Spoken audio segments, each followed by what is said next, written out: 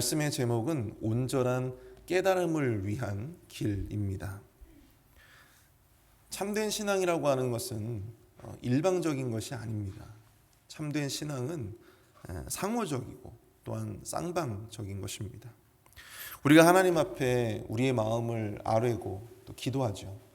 마찬가지로 하나님도 당신의 마음을 우리에게 계시하시고 또한 당신의 뜻을 우리가 깨달아 알기를 원하신다라고 하는 사실입니다.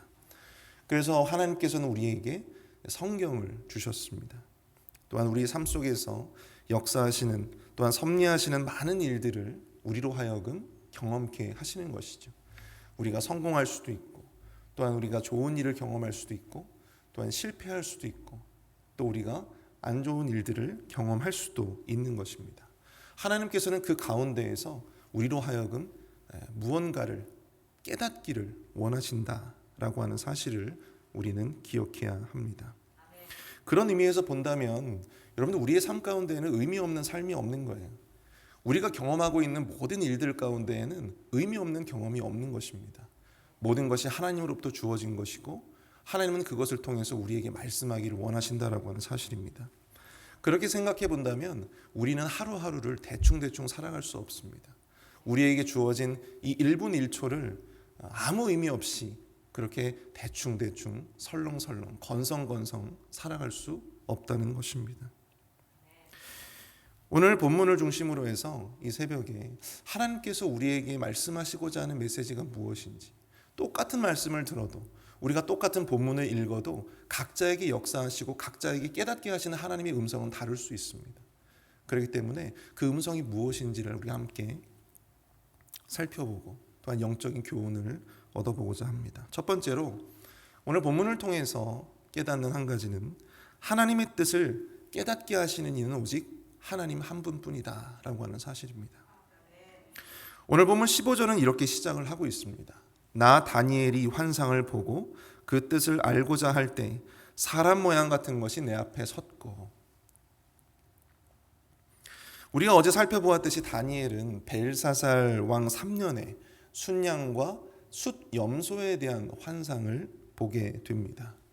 이 환상에서 두 뿔을 가진 순양과 한 뿔을 가진 숫염소가 등장을 하는데요. 한 뿔을 가진 숫염소는 두 뿔을 가진 순양을 쳐서 짓밟게 되고 이후에 숫염소의 한 뿔이 꺾여 대신에 그 한 뿔에서 네 뿔 넷이 득세하였다고 합니다. 그리고 그 네 뿔 가운데 오직 한 뿔만이 강성하였다고 성경 기록하고 있습니다. 이 환상은 대략 오늘 우리가 읽은 이 본문의 내용처럼 메대와 바사 그리고 헬라 제국 그리고 그 헬라 제국에서 파생된 네 개의 큰 제국들에 대한 예언을 담고 있는 것입니다. 이 기이한 환상을 보고 난 후에 다니엘은 그 환상이 무엇을 뜻하고 또한 어떻게 해석해야 되는지에 대해서 알고자 했다. 그렇게 오늘 본문은 말씀하고 있다라고 하는 것이죠. 그리고 하나님은 16절에서 가브리엘아 이 환상을 이 사람에게 깨닫게 하라 하더니 천사 가브리엘을 통해 다니엘로 하여금 그 환상에 대한 뜻을 깨닫게 하라고 명령하시고 있는 이 구절입니다. 우린 여기서 아주 중요한 영적인 교훈을 발견할 수가 있습니다. 바로 하나님은 우리로 하여금 하나님의 그 뜻을 깨닫게 하신다라고 하는 사실입니다. 우린 성경을 읽으면 지식이 쌓이고 또한 그 내용들에 대해서 비로소 알게 되잖아요. 그런데 우리가 그 내용에 대해서 아는 것과 거기에 우리가 의미를 부여하고 그것을 깨닫는 것은 전혀 다른 문제입니다. 예를 들어서 이런 불신자들도 성경을 읽는 사람들이 있어요. 불신자들도. 근데 그들에게 그 성경을 읽는 것 그리고 그렇게 해서 생긴 그 영적인 지식들이 어떤 의미를 가질까요? 아무런 의미를 갖지 못합니다. 그래서 불신자로 남아있는 것입니다. 똑같은 말씀을 읽었는데도 어떤 사람에게는 그 말씀이 스스로 의미가 생기고 그것을 깨달아 아는, 근데 어떤 사람에게는 그것이 아무런 의미도 주지 못한다라고 하는 사실이죠. 무엇일까요? 똑같은 말씀을 읽지만 그것을 각자에게 깨닫게 하시는 이가 있다라고 하는 사실입니다. 그것은 우리의 힘과 능과 지혜로 할 수 있는 것이 아닌 것이죠. 우리 안에서 역사하시는 성령 하나님, 그 성령 하나님이 우리로 하여금 말씀을 접할 때에, 말씀을 읽고 또한 말씀을 들을 때 우리에게 역사하시고 그것을 깨달아 알 수 있는 능력을 주시는 줄로 믿습니다. 우리 욥기 32장 8절을 보십시오. 욥기 32장 8절을 보시면 이런 구절이 있습니다. 그러나 사람의 속에는 영이 있고 전능자의 숨결이 사람에게 깨달음을 주시나니.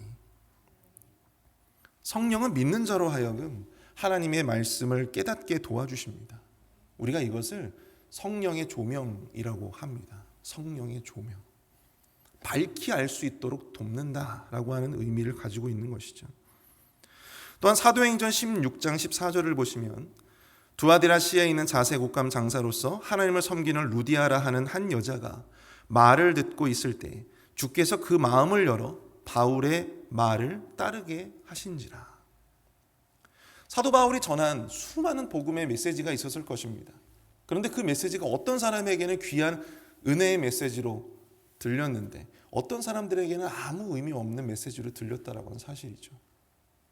근데 우리가 너무나도 잘 알고 있는 자주장사 루디아, 그 루디아가 하나님의 말씀을 따르고 그 복음을 받아들이게 된 데에는 사도 바울의 말을 듣고 청종하게 만들었던, 그 마음의 문을 열었던 성령님의 역사가 있었다라고 하는 사실입니다. 믿는 자들에게 영의 눈을 뜨게 하시고 하나님의 말씀을 밝히 이해할 수 있도록 돕는 바로 성령 하나님의 역사였다라고 하는 사실이죠. 사랑하는 성도 여러분, 하나님의 말씀과 그 뜻을 깨닫는 것, 우리의 힘과 능력으로 할 수 있는 것이 아닙니다. 여러분, 우리가 하나님의 말씀을 들어서 그것을 우리가 깨달아 알 수 있는 것은 전적인 하나님의 은혜인 것입니다.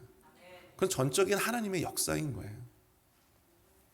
똑같은 말씀을 들어도 어떤 사람들은 그 말씀을 잘 깨닫고 그 말씀대로 살고자 노력하는데 어떤 사람들은 수없이 그 말씀을 읽어도 그것이 그 삶의 온전한 변화를 일으키지 못한다라고 하는 사실입니다. 왜 그럴까요? 성령님으로 말미암아 주어지는 깨달음이 없기 때문입니다.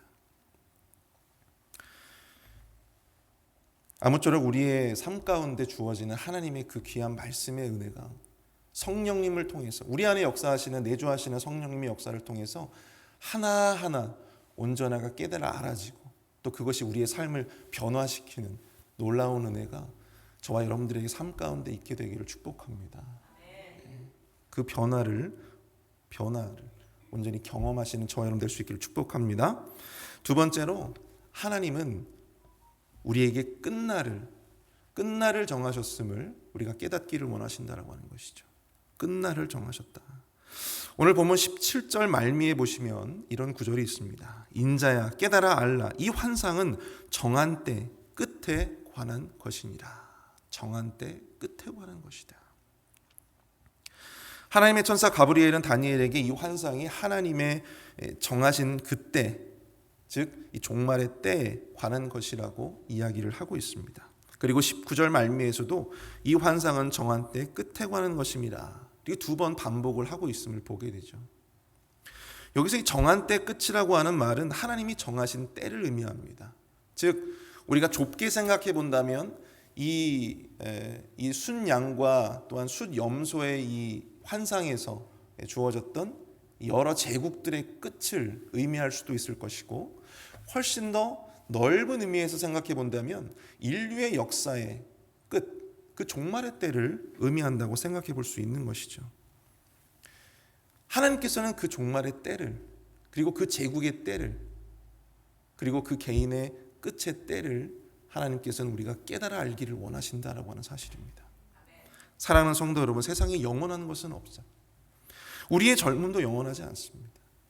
우리가 가지고 있는 그 무엇도 영원히 우리의 곁을 지켜줄 수 없습니다. 우리 하나님은 끝날을 정하셨고 우린 조금씩 그 그날을 향해서 조금씩 가고 있습니다.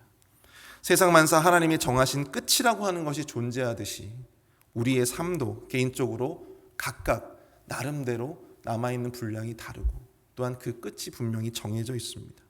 그런데 참 감사한 것은요, 우리가 그날이 언제인지를 알 수 없다는 거예요. 우리가 그 끝이 언제인지를 알 수 없다는 것입니다. 어떤 사람들은 그것을 몰라서 불안해하고 두려워하죠. 그런데 저는 그것이 우리에게 얼마나 큰 은혜가 되는지 알 수 없습니다. 왜 그럴까요? 여러분 생각해 보십시오. 내가 언제 죽을지를 여러분들 안다고 생각을 해보세요. 하루하루가 지옥일 겁니다. 아, 오늘도 하루가 지났네. 오늘도 내 수명이 하루가 끝났네. 그것을 얼마나, 그 지식이 얼마나 우리에게 지옥 같은 삶을 주겠습니까?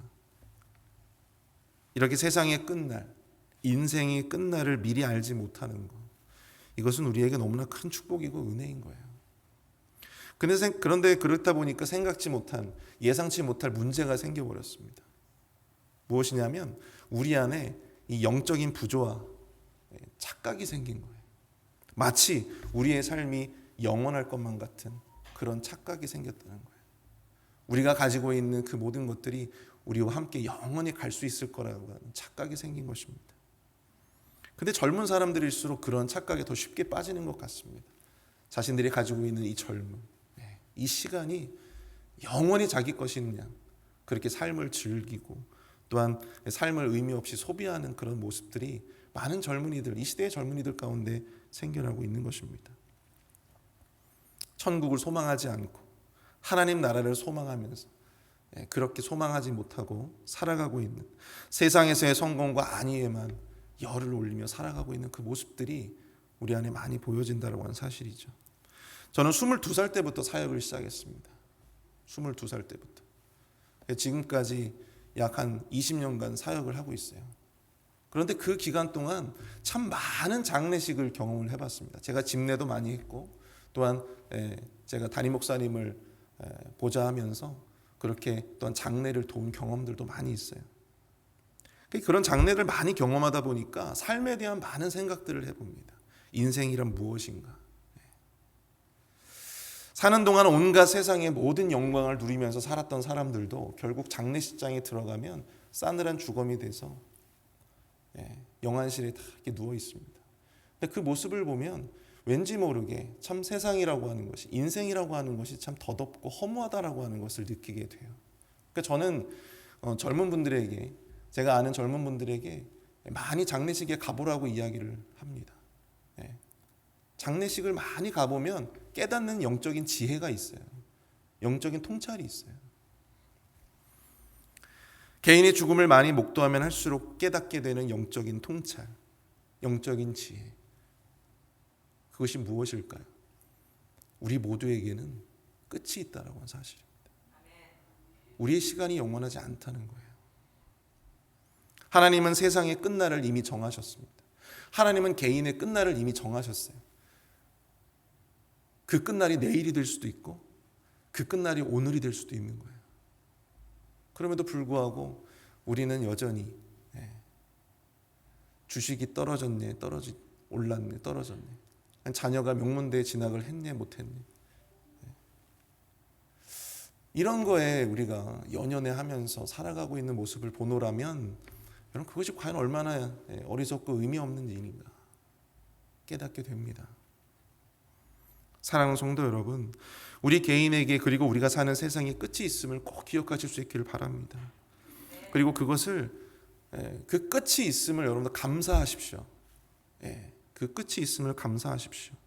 끝이 있기 때문에 또 그 정확한 때를 우리가 알지 못함에 여러분 감사하실 수 있기를 바랍니다. 그래서 우리가 정말 우리에게 주어진 그 하루하루를 의미 있게 살아갈 수 있는 거예요. 그래서 더 가치 있는 것입니다. 끝이 있기 때문에. 우리에게 주어진 그 하루하루, 하나님의 은혜로 말미암아 주어진 그 하루하루를 하나님의 뜻에 따라서 살아가시는 저와 여러분 될 수 있기를 축복합니다. 바로 그것이 그리스도인의 참된 지혜입니다. 우리가 그때를 지나치게 의식해서 정말 그날만을 그냥 바라보면서 매일매일 그렇게 그날만을 바라보면서 아무 의미 없이 살아가는 것도 문제지만, 우리가 그때를 전혀 의식하지 못하고 그날을 바라보지 않고 살아가는 그러한 삶도, 그것도 하나님의 뜻이 결코 아닙니다. 언제인지는 알 수 없지만 그 날이 있음을 여러분들 기억하시고 우리에게 주어진 삶을 보다 의미 있고 가치 있게 살아내는 것, 여러분 이것이 진정한 신앙인의 삶입니다. 우리 세 번째는요, 지식보다 중요한 것이 바로 믿음이다라고 하는 사실입니다. 오늘 본문 27절을 보시면요, 이에 나 다니엘이 지쳐서 여러 날 앓다가 일어나서 왕의 일을 보았느니라. 내가 그 환상으로 말미암아 놀랐고 그 뜻을 깨닫는 사람도 없었느니라 말씀하고 있습니다.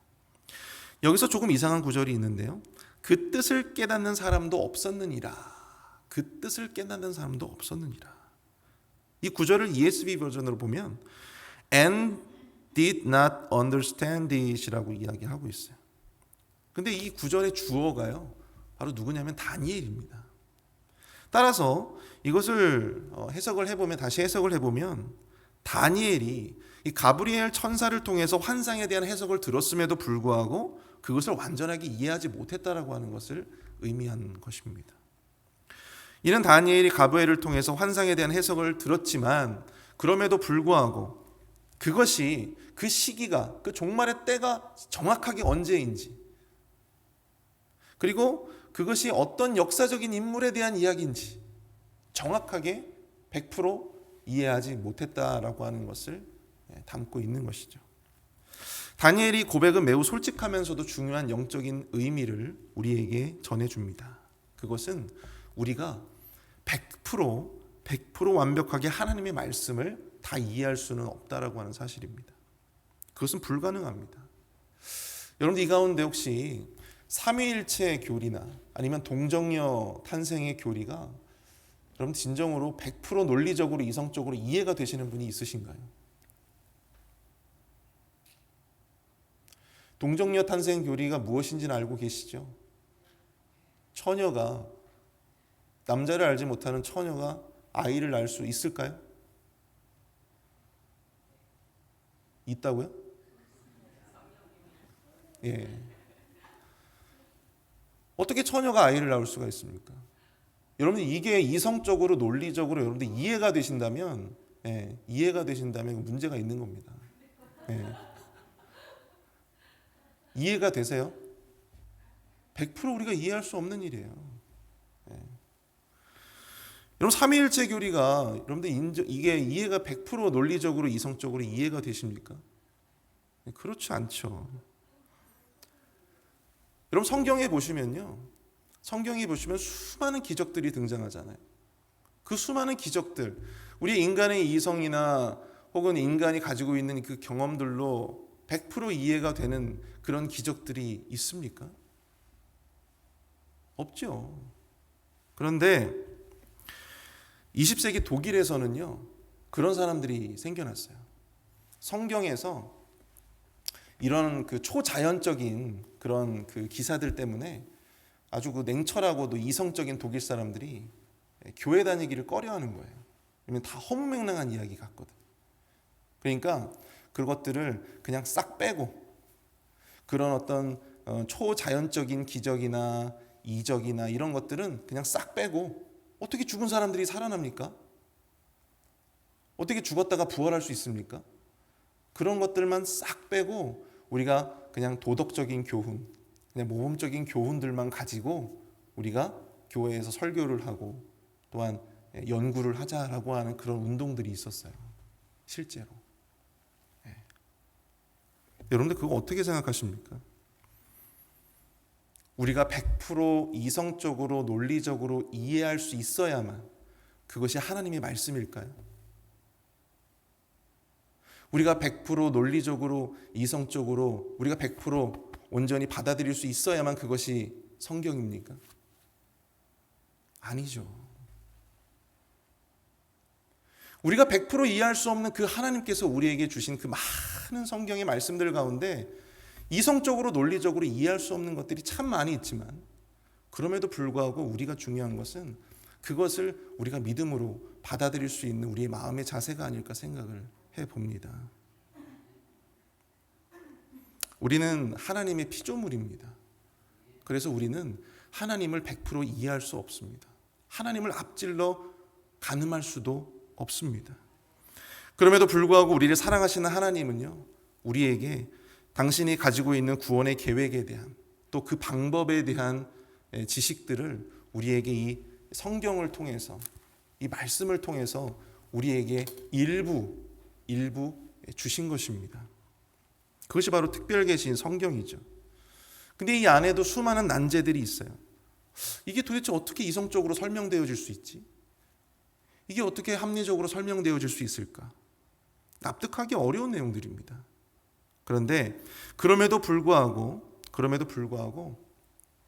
우리가 추정하고 축축해서 우리가 알지 못하는, 우리가 깨닫지 못하고 이해하지 못하는 내용들을 우리가 추정해가지고 우리의 식대로, 우리의 이성으로, 우리의 경험으로 그것을 억지로 풀려고 해서는 안 된다고 하는 사실이죠. 그건 성경을 대하는 바른 태도가 아닙니다. 역사적으로 보면 이러한 난제들을 굳이 인간의 이성과 논리로 해결하려고 했다가 큰 낭패를 본 경험들이 많이 있습니다. 어떤 사람들은 이단으로 가기도 했고요. 또 어떤 신학자들은 잘못된 가르침으로 또한 잘못된 신학적인 사조를 만들어내기도 했습니다. 사랑하는 성도 여러분, 베드로후서 1장 20절을 보십시오. 먼저 알 것은 성경의 모든 예언은 사사로이 풀 것이 아니니. 성경을 온전히 깨닫고자 할 때 우리가 준비해야 될 것은요, 어쩌면 우리의 탁월한 이성이나 아니면 우리가 가지고 있는 아주 노회한 경험이 아닐 수도 있습니다. 어쩌면 우리가 성경을 온전히 깨달아 알고자 할 때 우리가 정말 가지고 있어야 할, 우리가 정말 소유해야 할 것은 바로 이 성경 말씀을 하나님의 말씀으로 온전히 우리가 믿음으로 받아들일 수 있는 주님을 향한 참된 믿음, 바로 그것이 아닐까 생각을 해봅니다. 바로 그것이 우리가 성경을 가장 잘 깨달아 알 수 있는, 깨달아 이해할 수 있는 가장 중요한 전제가 될 수 있다는 것이죠. 그래서 우리는 성경을 깨닫기 위해 지식보다 중요한 것이 무엇이라고요? 믿음이 될 수 있는 것입니다. 오늘도 함께 우리 말씀을 생각하시면서 함께 기도하기를 원합니다. 우리 이 시간 합심해서 함께 기도할 때 우리가 말씀을 생각하면서 이런 기도를 했으면 좋겠어요. 하나님, 주님은 우리에게 주님의 마음을 보이시고 또한 그 뜻을 계시하시는 분임을 믿습니다. 우리가 정말로 이 주님의 말씀을 온전히 읽고 들을 때 믿음의 눈으로 성령의 종명함을 받아서 성경 속의 하나님의 말씀을 온전히 깨달을 수 있는 믿음의 자녀들이 다 될 수 있도록 도와주시옵소서. 우리 교회 환우들과 또한 우리 연약한 지체들, 힘든 지체들, 병든 지체들, 우리 회복의 은총을 허락하여 주시고 또한 특별히 우리 담임 목사님 주님께서 인도해 주셔서 성령의 능력으로 그 귀한 사역들, 담임 목회의 그 사역들을 온전히 잘 감당하실 수 있도록 강건함을 주시고 체력을 주시고 지혜를 달라고 우리 시간은 간절하게 우리 주님께 우리 간절하게 우리 합심해서 함께 기도하도록 하겠습니다. 함께 기도합니다.